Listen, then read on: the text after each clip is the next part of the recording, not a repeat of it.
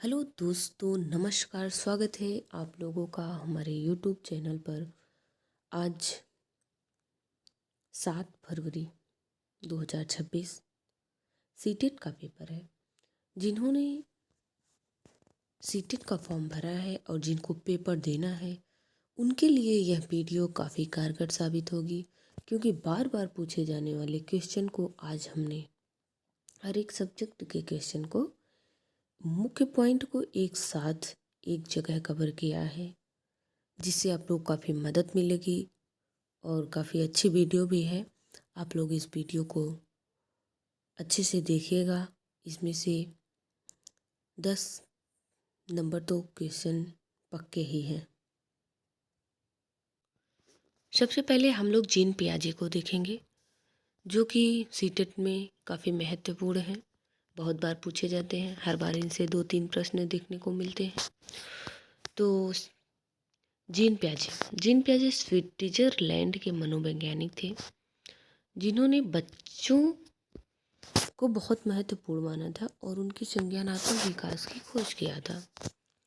इन्होंने बताया कि बच्चे नन्हे वैज्ञानिक होते हैं, बच्चे सक्रिय ज्ञान के निर्माता होते हैं और संसार के बारे में अपने सिद्धांतों की रचना करते हैं। जीन पियाजे ने कहा कि बच्चे जो होते हैं वो नन्हे वैज्ञानिक होते हैं, वो अपने ज्ञान की रचना करते हैं संसार में। और इन्होंने कहा कि बच्चों की जो थिंकिंग होती है, जो सोच होती है, वो बड़ों से प्रकार में अलग होती है, लेकिन मात्रा में समान होती है। ये क्वेश्चन भी काफ़ी बार पूछा जाता है कि बच्चों की जो सोच होती है प्रकार में अलग होती है, मात्रा में समान होती है, या बड़ों से मात्रा में अलग ही होती है। ऐसे क्वेश्चन कई बार देखने को मिले हैं एग्जाम में, और इन्होंने स्कीमा को बहुत ही महत्वपूर्ण माना है। इसकी तो देख लेते हैं कि स्कीमा क्या होता है।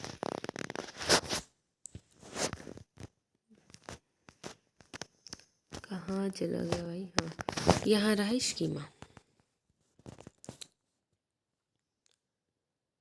स्कीमा मस्तिष्क में पहले से मौजूद जानकारी के पैकेट को, अर्थात जो बच्चे के मस्तिष्क में पहले से ही स्टोर रहता है उसका उपयोग करना। इन्होंने कहा कि बच्चों में स्कीमा जन्मजात होती है, वो पहले से वो मस्तिष्क में रहता है, केवल उसका ही उपयोग करना ही स्कीमा है।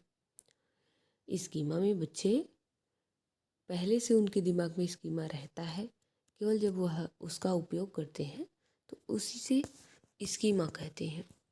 इन्होंने आगे बताया है कि अनुकूलन और संगठन, एडॉप्टेशन एंड ऑर्गेनाइजेशन, इन्होंने अनुकूलन को बहुत ही महत्वपूर्ण माना है। बताया है कि वातावरण के साथ खुद को ढालना ही अनुकूलन है। एडॉप्टेशन, ये पूछा जाता है कि अनुकूलन क्या है, किसने दिया है, तो आप जीन पियाजे के संबंध में जाएंगे कि अनुकूलन जीन पियाजे ने दिया है। तो अनुकूलन का मतलब कभी कभी पूछ लेता है, तो इसका मतलब होता है कि वातावरण में खुद को ढालना ही अनुकूलन है। ये पॉइंट याद रखिएगा। और इन्होंने एसिमुलेशन भी दिया है, आत्मसातकरण। आत्मसातकरण का मतलब होता है कि पूर्व ज्ञान को नए ज्ञान से जोड़ना। जैसे बच्चा है, उन्होंने कुत्ता को देखा, वो स्कीमा बनाया कि वो कुत्ता है। किसी ने बताया कि भाई इसके 4 पैर हैं, एक पूँछ है, 2 कान है, ये स्कीमा है, वो कुत्ता है, लेकिन वो कुत्ता ब्लैक था। उसके बाद जब वह आत्मसातकरण में आया तो वह सफ़ेद कुत्ते को देखा, तो बच्चा ने अपने पूर्व ज्ञान से, जो उसको पहला ज्ञान था, उससे जोड़ा कि ये कुत्ता ही है लेकिन ये सफ़ेद है, ज़रूरी नहीं कि कुत्ता काला ही हो। तो उन्होंने आत्मसात करना सीखा। फिर आगे समायोजन में आया, तो समायोजन में पूर्व ज्ञान में बदलाव करके तालमेल करना। ये भी काफ़ी बार पूछा जाता है कि समायोजन क्या होता है। तो इन्होंने बताया कि समायोजन वह होता है जिसमें बच्चा अपने पूर्व ज्ञान से बदलाव करके, तालमेल करके कुछ सीखता है, उसे समायोजन कहते हैं। जैसे समायोजन में वह कुत्ता देखा था, उसको 4 पैर, 1 पूँछ, 2 कान होते हैं। तो वह बिल्ली देख लिया एक दिन। बिल्ली भी सेम आकार की थी शारीरिक संरचना में। तो बच्चा सोचा कि ये इसका तो आकार सेम है, लेकिन इसकी शारीरिक संरचना भिन्न है, यह कुत्ता नहीं हो सकता। तो वह अपने पहले ज्ञान में बदलाव करके तालमेल किया। जरूरी नहीं कि सेम शारीरिक आकार वाला कुत्ता ही हो, वह बिल्ली, शेर कुछ भी हो सकता है। इस प्रकार से बच्चा अपने पूर्व ज्ञान में बदलाव करके तालमेल करता है, उसी को समायोजन कहते हैं। इन्होंने संतुलन को भी काफ़ी महत्वपूर्ण माना। ये सब पॉइंट इनके लगातार परीक्षा में देखने को मिलते हैं। अनुकूलन से और संतुलन से, आत्मसात कर और समायोजन से। तो आप लोग इसको बहुत ही अच्छे से देखिएगा, क्योंकि मैंने इसमें छोटे छोटे पॉइंट रखे हैं जो काफ़ी महत्वपूर्ण हैं, और महत्वपूर्ण पॉइंट को भी इस वीडियो में रखे हैं ताकि आप लोगों को परीक्षा में काफ़ी हेल्प मिल सके। तो देख लेते हैं कि इक्विवेलेशन, संतुलन क्या होता है। इन्होंने कहा कि संतुलन आत्मसातकरण और समायोजन के बीच का तालमेल है। जब हम आत्मसातकरण और समायोजन में तालमेल बैठाते हैं तो उसे ही संतुलन कहते हैं। संगठन, ऑर्गेनाइजेशन, संगठन में बताया कि जब हम सारी सीमाओं को एक पुनर्व्यवस्थित क्रम में रखते हैं, व्यवस्थित ढांचे में तैयार करते हैं, उसको ऑर्गेनाइजेशन कहते हैं। ये भी काफ़ी महत्वपूर्ण है। ऑर्गेनाइजेशन कि एक व्यवस्थित क्रम में, जैसे क्रमबद्धता होनी चाहिए हमारी स्कीमा में, उसी को हम संगठन कहेंगे। आप लोग चैनल को हमारे सब्सक्राइब जरूर कीजिएगा, क्योंकि बहुत ही अच्छे पॉइंट रखे गए हैं इसमें, और जो कि बहुत बहुत कारगर होंगे आप लोगों को आज सीटेट की परीक्षा में। तो इनकी 4 अवस्थाएं देख लेते हैं। जीन पियाजे ने संज्ञानात्मक विकास की 4 अवस्थाएं दी हैं। पहली अवस्था है संवेदी कामक अवस्था, सेंसरी मोटर स्किल। तब इस स्टेज में बच्चा इंद्रियों द्वारा सीखता है। संवेदी, इसमें संवेदनशील रहता है, इंद्रियों द्वारा सीखता है। जो भी सीखना है उसे अपनी 5 इंद्रियां, हाथ, पैर, आँख, कान, मतलब 5 इंद्रियों द्वारा सीखता है। और इसमें बच्चे में वस्तु स्थायित्व का गुण पाया जाता है। ऑब्जेक्ट परमानेंट, यह काफ़ी इम्पॉर्टेंट है कि ऑब्जेक्ट परमानेंट किस अवस्था में देखने को मिलता है, तो वह संवेदी कामक अवस्था में देखने को मिलता है। अगला देख लेते हैं कि पूर्व संक्रियात्मक अवस्था। पूर्व संक्रियात्मक अवस्था इनकी दूसरी अवस्था है, जिसका टाइम है 2 से 7 वर्ष। इसमें प्रतीकात्मक खेल, जिसे सिंबॉलिक एज भी कहा जाता है, और इसमें बच्चा संक्रिया से पूर्व की अवस्था होती है। इसमें जब बच्चा क्रिया नहीं कर पाता है, उसके पहले की अवस्था इसको कहते हैं। इसके शब्द से ही पता चल रहा है कि पूर्व संक्रिया, संक्रिया के पूर्व की अवस्था जो होती है वो पूर्व संक्रियात्मक अवस्था होती है। इसमें बच्चा लक्ष्य निर्देशित व्यवहार करता है। जीववाद, अहम केंद्रिता की कमियां होती हैं। इसमें जीववाद जो होता है, बच्चा सजीव और निर्जीव में भेद नहीं कर पाता है। इसमें बच्चा खिलौना लिया रहेगा, वो सोचेगा कि जिंदा है, उसको सुलाएगा, खाना खिलाएगा, दूध पिलाएगा, सब कुछ अपने हिसाब से करेगा। इसमें जीववाद की कमियां होती है। अहम केंद्रिता, इगोसेंट्रिज्म इसमें होता है कि बच्चा जो भी है वो ही है, अपने आप को जो भी है वही मानता है, और सबको कहता है कि मतलब जो भी हैं हम ही हैं। इसमें अहम केंद्रिता की भी कमी होती है। अपलटावी, बच्चा संख्याओं को एक इरिवर्सिबल नहीं कर पाता है। जैसे 3 गुणे 4 है, वह 4 × 3 नहीं बता पाएगा। 3 × 4 बता लेगा कि 3×4 होता है, लेकिन 4 × 3 नहीं बता पाएगा। इसलिए इसमें अपलटावे इरिवर्सिबिलिटी भी रहती है बच्चों में, संरक्षण की कमी रहती है। ये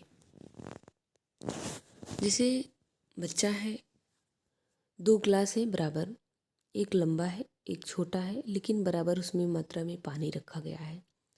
तो आप बच्चे के सामने ही उसमें पानी डाल रहे हैं और आदान प्रदान उसमें मतलब बदलाव कर रहे हैं, उसका पानी उसमें उसका पानी उसमें। लेकिन बच्चा जो बड़ा वाला ग्लास रहेगा उसी को उठाएगा, क्योंकि उसमें संरक्षण की कमी रहती है। वो ये नहीं समझ पाएगा कि इसमें कम पानी है, इसमें ज़्यादा पानी है या बराबर पानी है। वो बड़ा वाला ग्लास उठाएगा क्योंकि सोचेगा कि ये इसमें ज़्यादा पानी है, क्योंकि वो बड़ा रहेगा इसलिए वह सोचेगा कि इसमें ज़्यादा पानी है। और केंद्रीकरण, वह अपने शरीर में समन्वय नहीं कर पाता है, जिसे एक बार में एक ही चीज़ को कर पाएगा। अगर गेंदा बॉल खेल रहा है और फ़ोटो खिंचवाना है, तो बड़े हो जाते हैं बच्चे, बॉल भी खेल लेते हैं, फ़ोटो भी खिंचवा लेते हैं।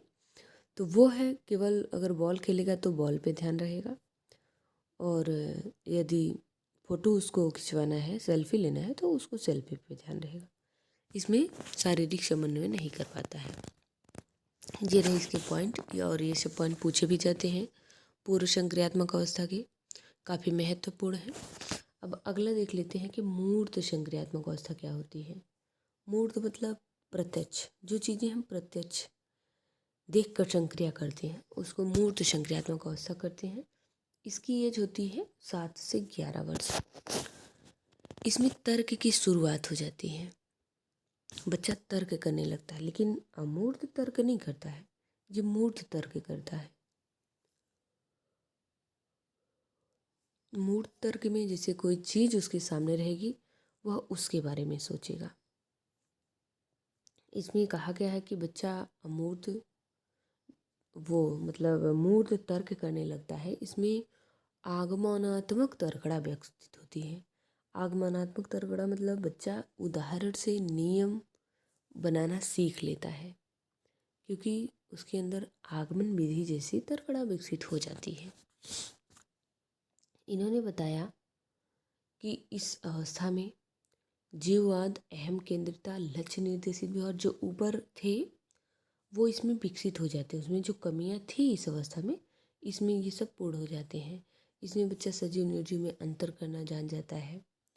जीववाद में भी वो अहम केंद्रिता, इगोसेंट्रिज्म में भी यह समझ जाता है कि ज़रूरी नहीं कि जो हम कर रहे हैं वही सही है, बड़े भी जो कर रहे हैं वो भी सही है।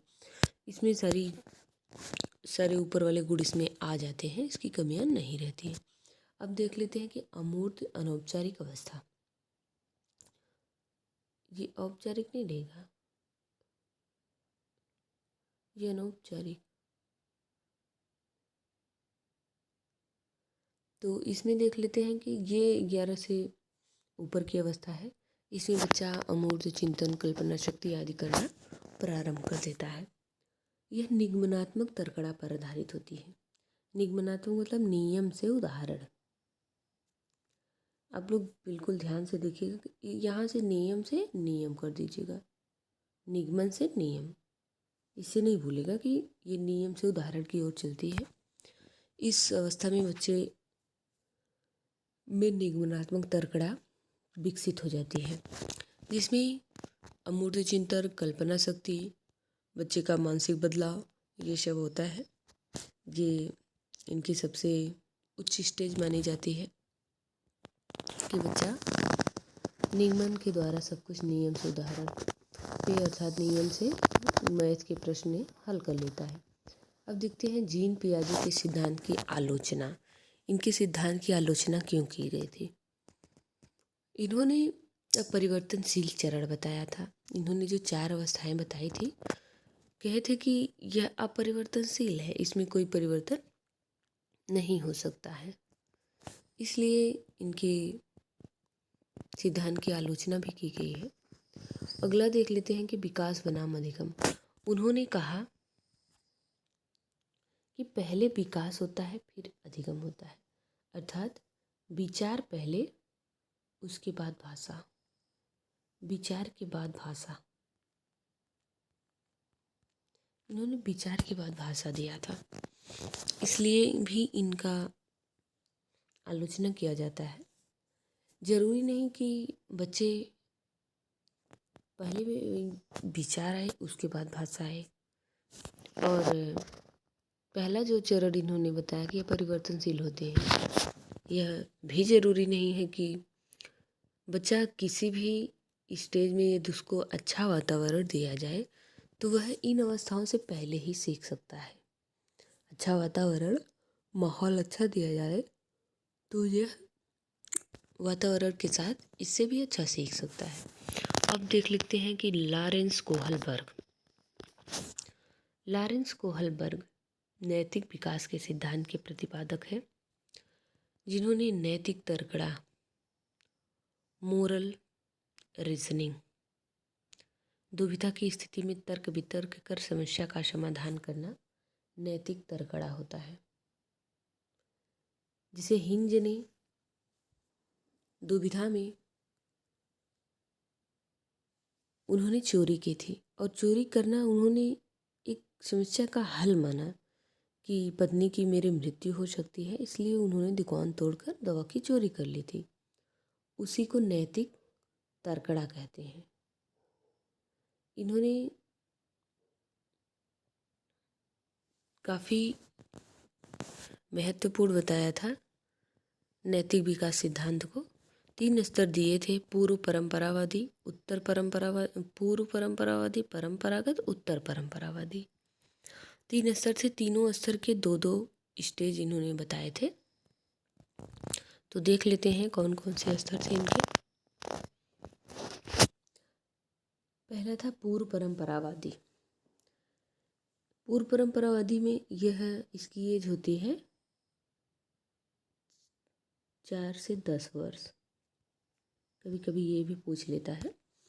तो पहली जो ये एज होती है 4 से 10 वर्ष होती है।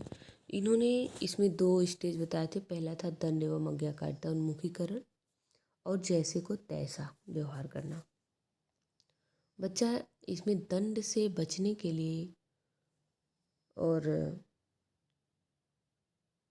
सोचता है कि दंड ना मिले, इसलिए वह अच्छा व्यवहार करता है, नैतिकता दिखाता है। और जैसे को तैसा, हम बच्चों के साथ जैसा करेंगे बच्चा वैसे ही हमारे साथ भी करेगा, टीट फॉर टैट। इसमें ये दोनों पूछा जाता है कि जैसे को तैसा किसमें कहा जाता है, कि मतलब इसमें क्वेश्चन बनाया जाता है। अब ये परंपरागत में देख लेते हैं, जो मिडिल स्टेज है, इसमें अच्छा लड़का बनना या लड़की बनना। इसमें बच्चे के अंदर ये रहता है कि हमको समाज में अच्छा बनना है, कि कोई मुझे खराब ना कहे, तो वह उससे निर्देशित व्यवहार करेगा कि अच्छा लड़का बनना है, अच्छा लड़की बनना है। और इसमें चौथा स्टेज है कि सामाजिक व्यवस्था बनाए रखना।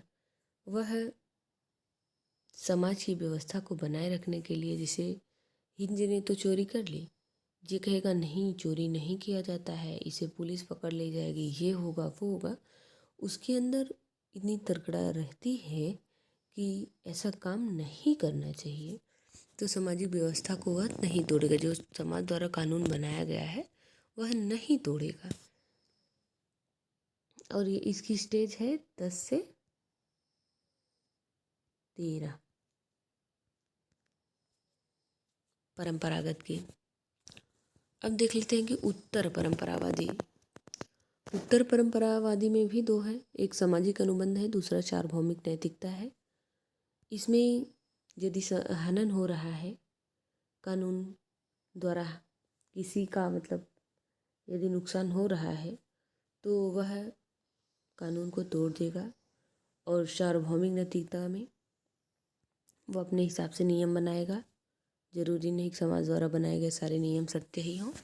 तो इसमें ये दिया गया है, ये 13 से ऊपर की अवस्था है, जिसमें किशोरावस्था की शुरुआत हो जाती है। इसमें बच्चा कोई भी नियम और कानून मानने को तैयार नहीं रहता है। अब इनकी आलोचना देख लेते हैं कि इनकी आलोचना क्यों की गई थी। इनकी आलोचना ये कैरोल गिलिगन है, उन्होंने किया था, जो कोहलबर्ग की असिस्टेंस प्रोफेसर थी, जिन्होंने कहा कि आपके सिद्धांत में लिंग भेद देखने को मिलता है। उन्होंने कहा कि कहीं भी आपके सिद्धांत में महिलाओं का जिक्र ही नहीं किया गया है। बोला कि जो पुरुष होते हैं वो न्यायवादी होते हैं, महिलाएं क्रिया प्रस्क्रिप्टिव होती हैं, देखभाल आधारित होती हैं, इसलिए इनके सिद्धांत की आलोचना किया गया था। अब अगला देख लेते हैं लेओ वाइगोस्की। लेओ वाइगोस्की क्या है समझते हैं। इन्होंने सामाजिक सांस्कृतिक सिद्धांत दिया है, जिन्होंने समाज और संस्कृति को बहुत ही महत्वपूर्ण माना है। इनकी कोई अवस्थाएं नहीं है। कभी कभी क्वेश्चन में भ्रम कर देता है कि इनकी अवस्थाएं हैं, ये है वो है, तो आप लोगों को भ्रमित नहीं होना है। और चैनल को हमारे सब्सक्राइब कर दीजिएगा, बेल आइकन को प्रेस कर दीजिएगा ताकि सारी नोटिफिकेशन आप सबको मिलती रहे। तो लेओ वाइगोस्की को देख लेते हैं कि मुख्य आधार। इन्होंने समाज, संस्कृति और भाषा को मुख्य माना। सबसे ज़्यादा यदि इम्पोर्टेंट माना है तो इन्होंने भाषा माना है।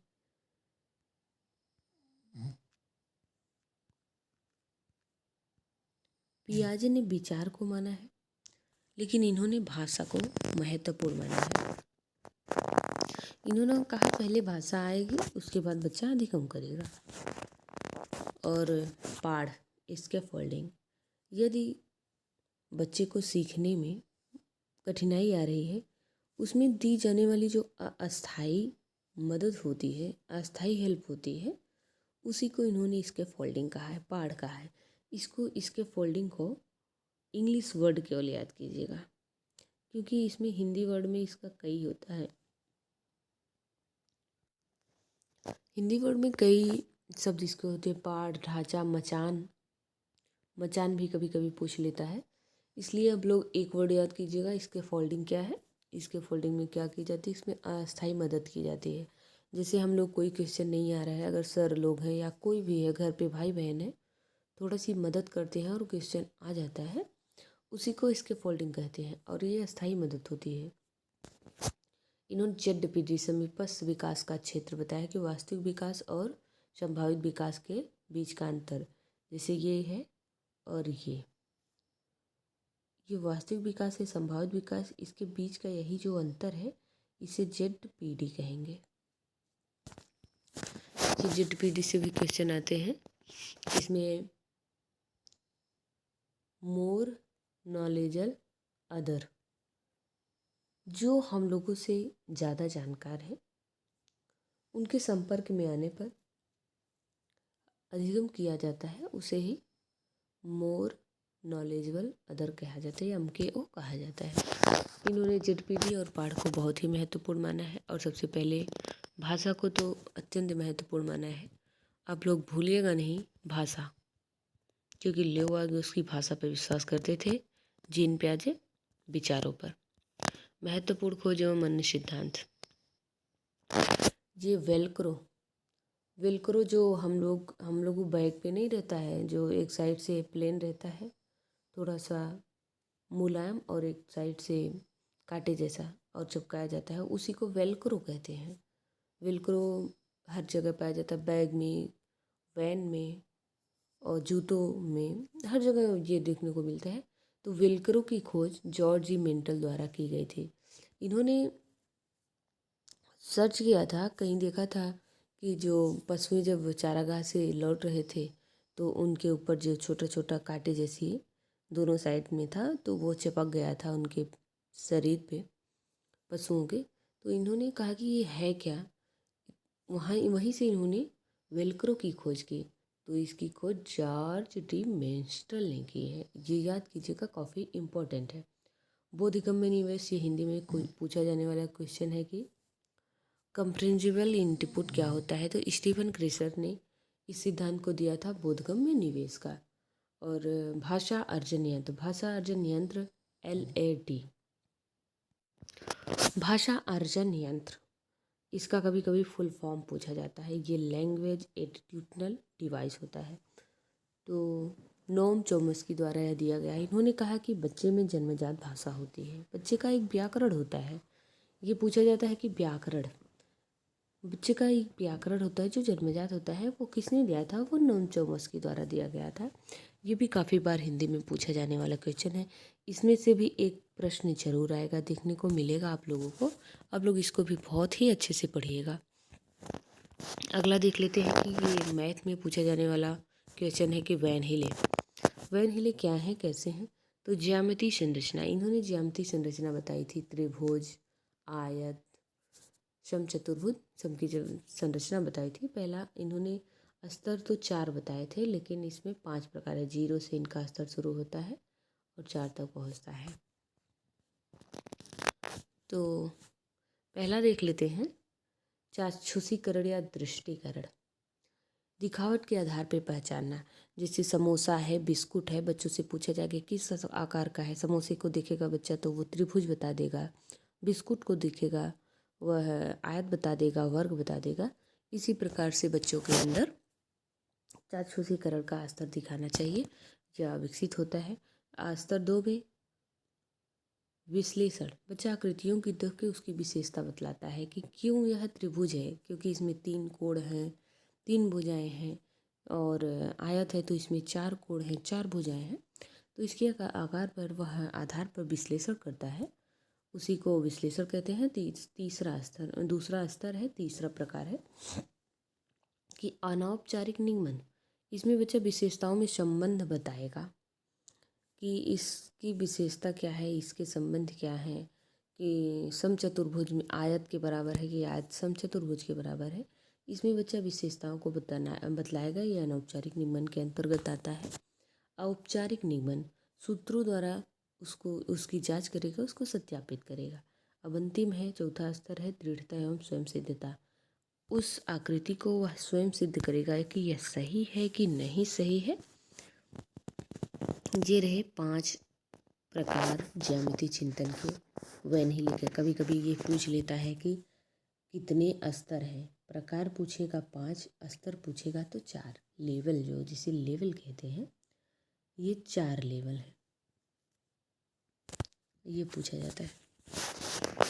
अगला देखते हैं कि न्यूमैन और जॉर्ज पोलिया, इन्होंने समस्या समाधान के लिए बताया है, दोनों ने।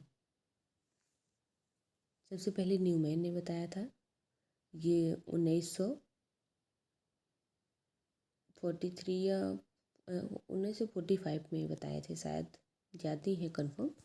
और उसके 10 साल बाद इन्होंने बताया था, 10 या 15 साल बाद जॉर्ज पोलिया ने। दोनों समस्या समाधान के लिए बताए हैं। तो न्यूमैन ने अपनी समस्या समाधान में 5 स्तर बताए हैं। बोले हैं कि समस्या समाधान के 5 प्रकार होते हैं। पहला है, इन्होंने कहा समझना। पहले समस्या को पढ़ना, पहले पढ़ना, उसके बाद समझना, समझने के बाद उसको अनुवाद करना अर्थात डिस्क्राइब करना, फिर संक्रियाओं का प्रयोग करना, अंत में अर्थपूर्ण प्रस्तुति करना की जांच करना उसकी। ये 5 स्तर रहे इनके। जॉर्ज पोलिया ने 4 चरण बताए हैं। पहला बताया है कि समस्या को समझना, योजना बनाना। जैसे समस्या समझ लिए तो योजना बनाएंगे, इसको हल कैसे किया जाएगा। तो तीसरा बनाएंगे कि इसको क्रियान्वित करना, योजना को क्रियान्वित करना। जैसे योजना बन गई, ऐसे हल किया जाएगा, तब उसको हल करके पूरा अंतिम आंसर दे देंगे। उसके बाद समीक्षा करेंगे, जांच करेंगे कि क्या ये सही है, उसको पुनः अवलोकन करेंगे। ये रहे जॉर्ज पोलिया के 4 स्तर और न्यूमैन के 5 स्तर। ये मैथ में पूछे जाने वाले क्वेश्चन हैं। अगला देख लेते हैं कुछ क्वेश्चन और आंसर, काफ़ी महत्वपूर्ण भी हैं। पहला देखते हैं कि कोहल वर्ग के अनुसार वह अवस्था जिसमें बच्चा बड़ों की नज़रों में अच्छा बनने के नियमों का पालन करता है। अभी हमने बताया था, ये है अच्छा लड़का बनना या अच्छा लड़की बनना। ये इनके दूसरे लेवल की अवस्था है। और अगला देख लेते हैं क्वेश्चन नंबर 2 है, जीन पियाजे के अनुसार एक बच्चा जो मानता है, जीन पियाजे कहते हैं कि एक बच्चा जो मानता है कि यह मानता है कि यदि पानी को एक चौड़े बर्तन में से ऊंचे और पतले गिलास में डाला जाए तो पानी की मात्रा बदल जाती है। वह किस अवस्था में है? अभी मैंने बताया था कि 2 गिलास है, उसमें पानी है, तो उसमें छोटे में थोड़ा पानी है, बड़े में बड़ा पानी है, लेकिन पानी बराबर है। लेकिन बच्चे की सोच में अंतर है कि बड़े में बड़ा ही है, ज़्यादा पानी है, इसलिए यह कौन सी अवस्था है? तो वो पूर्व संक्रियात्मक अवस्था है, जिसे कहते हैं संरक्षण। और यह पूछा जाने वाला क्वेश्चन है, काफ़ी बार पूछा जाता है, इसलिए इसको बहुत ही अच्छे से याद कीजिएगा। ये वेरी वेरी इंपॉर्टेंट क्वेश्चन है। तो अगला देख लेते हैं। लेवाइगोस्की के अनुसार जब वयस्क बच्चे के निष्पादन में वर्तमान स्तर में सहयोग करता है, जिसे अस्थायी कहते हैं, अस्थायी मदद करता है, तो उसको क्या कहते हैं? अभी बताइए। इसके फोल्डिंग कहते हैं, पाढ़िया मचान या ढांचा, इसको कुछ भी कह सकते हैं। तो वह रही इसके फोल्डिंग।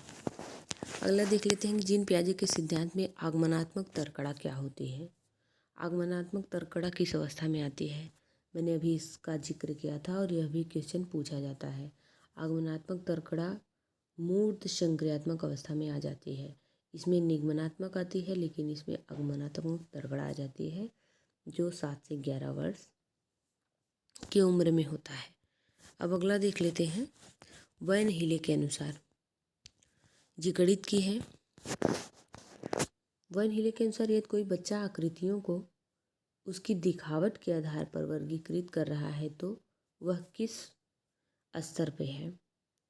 जिसे दिखावट देखा, समोसा, बिस्कुट, कुछ भी देखा, उसके आधार पर उसको अलग कर रहा है, तो वो होगा दृष्टिकरण। स्तर 0 इनका है, विजुअलाइजेशन। अगला क्वेश्चन है कैरोल गिल्गन। ये कैरोल गिल्गन है, जो कोहलबर्ग की असिस्टेंट प्रोफेसर थी। इन्होंने कहा कि नैतिक विकास के सिद्धांत के मुख्य रूप से किस आधार पर आलोचना की है? कैरोल गिल्गन ने किस आधार पर इनके विकास की आलोचना की है? तो उन्होंने बच्चों पर शोध किया, उनके सिद्धांत में चरणों का अभाव था, उन्होंने नैतिक तर्कड़ा संस्कृति में अंतर को देखा, उन्होंने सिद्धांत में न्याय की नैतिकता पर केंद्रित है और देखभाल की नैतिकता को कम आंकना। ये बिल्कुल सही है कि न्यायवादी नैतिकता को माना था, कि रिस्पेक्टिव को नहीं माना था। इस महिलाओं को कोई स्थान नहीं था उनकी अवस्था में, इसलिए यह ऑप्शन सही है, डी। इसमें अगला क्वेश्चन है कि जीन पियाजे के अनुसार संज्ञानात्मक विकास के चरणों के संबंध में कौन सी आलोचना सही है? संज्ञानात्मक विकास के चरण के संबंध में पियाजे ने सामाजिक अंतःक्रिया के महत्वपूर्ण माना है, गलत है, ये लेवाइगोस्की का है। बच्चों की क्षमता अक्सर पियाजे द्वारा बताए गए चरणों से पहले हो सकती है, यदि उन्हें सही वातावरण मिले, ये बिल्कुल सही है। उन्होंने बताया था कि ये चरण फिक्स हैं, तो ऐसी कोई बात, यदि अच्छा वातावरण मिले तो बच्चे का विकास चरण से पहले भी हो सकता है। ऑप्शन नंबर 20 में सही हो जाएगा। आप लोग जल्दी जल्दी देख लीजिए क्वेश्चन, क्योंकि बहुत से लोग निकल भी चुके होंगे सीटेट का पेपर देने। अगला देख लेते हैं कि लेवाइगोस्की के सिद्धांत की प्रमुख सीमा क्या मानी जाती है? इनकी प्रमुख लिमिटेशन क्या थी वाइगोस्की साहब की? उन्होंने समाज और संस्कृति को बहुत कम महत्व दिया, ये बिल्कुल गलत है। उन्होंने जैविक आनुवंशिक कारकों की भूमिका को बहुत कम स्पष्ट किया, ये बिल्कुल सही है। उन्होंने जैविक और आनुवंशिक कारक की भूमिका को अपने सिद्धांत में बहुत ही कम माना है, स्पष्ट किया है। उन्होंने भाषा को संज्ञानात्मक विकास के लिए आवश्यक नहीं किया, ये उन्होंने भाषा को बहुत ही महत्वपूर्ण माना था, और इसमें नहीं है, इसलिए गलत है।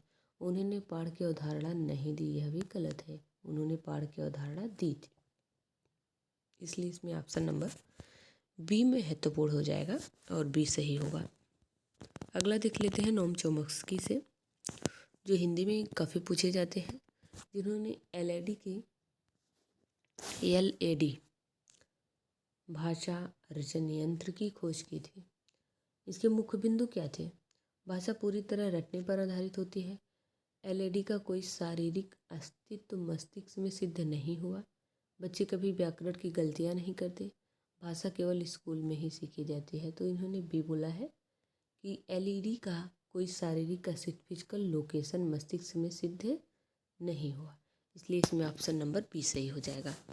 अब अगला देख लेते हैं कि शिक्षा में प्रगतिशील कक्षा प्रोग्रेसिव क्लासरूम के लिए वाइगोस्की का सबसे उपयुक्त सुझाव क्या था? प्रगतिशील कक्षा कैसे होगी, क्या होगी, कैसी सुझाव था उनका।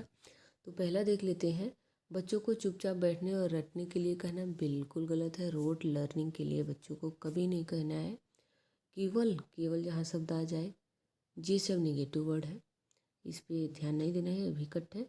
और सहयोगात्मक अधिगम और समूह चर्चा को बढ़ावा देना है, बिल्कुल सही है। इन्होंने कोलैबोरेटिव लर्निंग की बात की है, आपस में संबंध की बात की है, अंतःक्रियाओं की बात की है। बच्चों को सुझाव के माध्यम से सिखाना है, बिल्कुल गलत है। ऑप्शन नंबर सी इसमें सही हो जाएगा। अगला देख लेते हैं। मनोवैज्ञानिक सिद्धांतों का तुलनात्मक विश्लेषण क्या है। तुलनात्मक विश्लेषण इन लोगों में पूछता नहीं है, आपको याद करने में थोड़ी सी आसानी होगी। तो आधार, बेसिक, जीन पियाजे, लियो वाइगोस्की, कोहलबर्ग, तीनों का सिद्धांत है।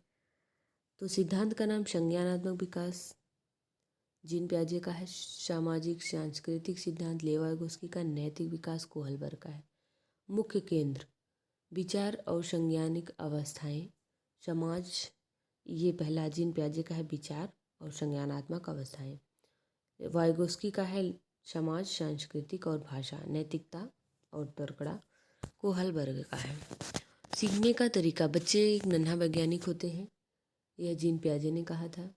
स्वयं खोज कर सीखना और अंतःक्रिया करना, सहयोग से सीखना, यह वाइगोस्की ने कहा था। नैतिक दुविधा और तर्क करके सीखना, जी कोहलबर्ग ने कहा था। ये पॉइंट काफ़ी महत्वपूर्ण है, आप लोग अच्छे से इसको पढ़ लीजिएगा ताकि क्वेश्चन आए तो कर लीजिएगा। भाषा की भूमिका, चिंतन पहले, भाषा बाद में, यह जीन पियाजे ने बताया था। और भाषा पहले, चिंतन बाद में, यह वाइगोस्की ने बताया था। और मुख्य नैतिकता पर ध्यान, कोहलबर्ग ने। नैतिकता जहाँ भी है कोहलबर्ग, क्योंकि कोहलबर्ग ने नैतिक विकास का सिद्धांत ही दिया था, तो नैतिकता से अवगत। उन्होंने हिंज की कहानी बताई थी। कभी कभी हिंज का नाम से भी क्वेश्चन आ जाता है, तो आप लोग घबराइएगा नहीं, वो नैतिक विकास का ही सिद्धांत रहेगा और उनके स्तर रहेंगे। हिंज के कहानी के माध्यम से कभी कभी क्वेश्चन पूछे जाते हैं, जिसमें आप लोग उनकी जो 6 अवस्थाएं हैं उसको ज़रूर याद कीजिएगा। इन्होंने 4 स्टेज दिए हैं जीन पियाजे ने, जो अनिश्चित और अपरिवर्तनशील बताया था। और वाइगोस्की कोई अवस्थाएं नहीं दी हैं। उन्होंने भाषा, विचार, समाज सबको महत्वपूर्ण माना था बस। और कोहलबर्ग ने 3 स्तर 6 अवस्थाएं बताई हैं, आप लोग इसको याद कीजिएगा। शिक्षक की भूमिका मार्गदर्शक और सुविधादाता होती है। सहयोगात्मक शिक्षक, स्कैफोल्डिंग प्रदान करना, वाइगोस्की साहब ने कहा। आदर्श प्रस्तुत करना और नैतिक तर्क को बढ़ावा देना, ये कोहलबर्ग साहब ने कहा है। मुख्य शब्द, स्कीमा, अनुकूलन, आत्मसातकरण, समायोजन, ये काफ़ी बार पूछा जाने वाला क्वेश्चन है। स्कीमा क्या होता है, अनुकूलन, एडॉप्टेशन, एसिमुलेशन, ये सब पूछा जाता है, जो कि जीन पियाजे का है। जे याद कीजिएगा, जेपी नड्डा। आप लोग थोड़ा ट्रिक से याद कीजिएगा ताकि सीटेड निकल जाए। अब एक चरण निकल जाए, अगला चरण के लिए आप लोग अप्लाई हो जाएंगे, क्योंकि वैकेंसी देखने को मिल रही इसी वर्ष के अंतिम में शायद, क्योंकि उसका भी सिलेबस आ चुका है। अगले महीने में हो सकता है टेट का फॉर्म भी फिल हो, इसलिए आप लोग काफ़ी मेहनत कीजिएगा और अच्छे से देखिएगा ताकि सीटेट क्वालिफाई हो जाए। तो अगला देख लेते हैं इन, और इसमें जो है इसके फोल्डिंग यम के ओ आ जाए तो निजी भाषण, प्राइवेट स्पीच भी पूछा जाता है इनमें। इन्होंने इनर भाषण, निजी भाषण, ये सब दिया था वाइगोस्की ने। नैतिक तर्कड़ा, दुविधा, ये है उनका कोहलबर्ग का। एक नज़र में मुख्य अंतर क्या है, पियाजे बनाम वाइगोस्की। एक नज़र में इनके में अंतर देख लेते। पियाजे कहते हैं विकास पहले होगा, अधिगम बाद में होगा, जबकि वाइगोस्की कहते हैं अधिगम पहले होगा और विकास बाद में होगा। ये आप लोग ये पॉइंट अच्छे से याद कीजिएगा। और पियाजे बनाम चोम्स्की, पियाजे भाषा को संज्ञानात्मक विकास का हिस्सा मानते हैं, जबकि चोम्स्की इसे एक जन्मजात यंत्र मानते हैं। एलडी इन्होंने कहा कि बच्चे में व्याकरण भी विद्यमान होता है। कोहलबर्ग बनाम कैलोल गिलगन। कोहलबर्ग का सिद्धांत न्याय पर आधारित है, जबकि गिलगन का तर्क महिलाओं की नैतिकता, केयर या देखभाल और संबंधों पर आधारित है कि महिला पुरुष जो है वो न्यायवादी होते हैं, महिलाएं जो होती हैं वो देखभाल करती हैं, मतलब केयर पर्सपेक्टिव होती हैं। इन्होंने ये कहा है। याद रखने की ट्रिक क्या है, कैसे हम इन अवस्थाओं को याद रखेंगे। जीन पियाजे की अवस्था SPC से याद रखिएगा। Sensory motor skill pre operational stage, और ये कॉन्क्रीट और फॉर्मल स्टेज, जो इनकी 4 अवस्थाएं। वाइगोस्की की CSCL सोशल कॉन्ट्रैक्ट या सोशल इंट्रैक्शन। दूसरा कल्चर संस्कृति। तीसरा लैंग्वेज भाषा। और LED SCL SPCE और LAD चोम्स्की द्वारा LED दिया गया है, लैंग्वेज एक्विजिशन डिवाइस, और इसका फुल फॉर्म भी पूछा जाता है। तो ये रहे आपके क्वेश्चन आंसर। इसमें कुछ महत्वपूर्ण क्वेश्चन आंसर भी थे जो काफ़ी कारगर हैं परीक्षा के लिए। कैसे लगे ये सेक्शन आप लोगों को, ये ज़रूर बताइएगा, क्योंकि मैंने सारे पॉइंट को एक जगह समराइज किया था ताकि आप लोगों को कोई प्रॉब्लम ना हो। और ये है काफ़ी महत्वपूर्ण है सीटेट के लिए। ये कैसे लगे आप लोग ज़रूर बताइएगा, और मेरे चैनल को सब्सक्राइब कीजिएगा।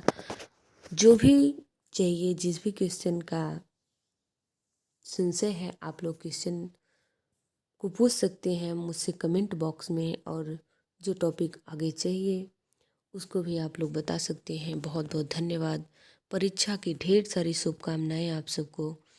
उम्मीद करते हैं, आशा करते हैं कि आप लोग की तैयारी बहुत ही अच्छी सी हो गई होगी, और परीक्षा की वो घड़ियां भी आज ख़त्म होती हैं। आज और कल परीक्षाएं हैं। आप सभी को बेस्ट ऑफ लक। आप सभी लोग इस परीक्षा को क्वालिफाई करें। धन्यवाद, और हमारे चैनल को सब्सक्राइब ज़रूर कीजिएगा।